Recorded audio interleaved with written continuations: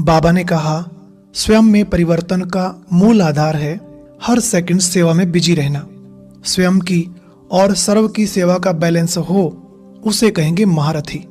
महारथी आत्माओं के अंदर सदा यही संकल्प चलेगा कि जो भी समय है वह सेवार्थ ही देना है। लेकिन घोड़ेसवार और प्यादों का समय खुद के प्रति ज्यादा जाएगा।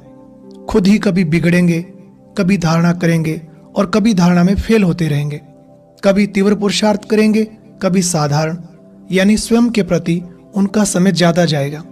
जैसे छोटे बच्चे होते हैं, खिलौना बनाएंगे भी, उनसे खेलेंगे भी और फिर बिगाड़ भी देंगे। लेकिन महारथी आत्माएं ऐसा नहीं करेंगे। वह तो अपनी देह या शरीर के आवश्यक कार्यों में समय लगाते हुए भी मनसा सेवा साथ साथ करते रहेंगे।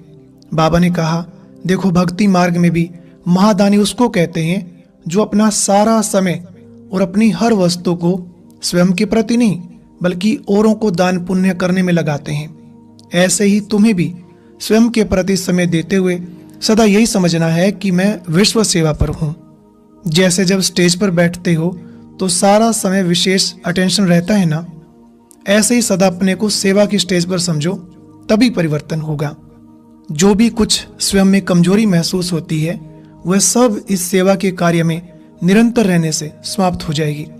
क्योंकि सेवा के फलस्वरूप अन्य आत्माओं के दिल से जो आशीर्वाद निकलती है, गुणगान होता है, उस प्राप्ति के आधार से खुशी मिलती है और इस खुशी के आधार से और भी बिजी रहने का संस्कार बन जाता, जिससे धीरे धीरे कमी समाप्त होती जाती।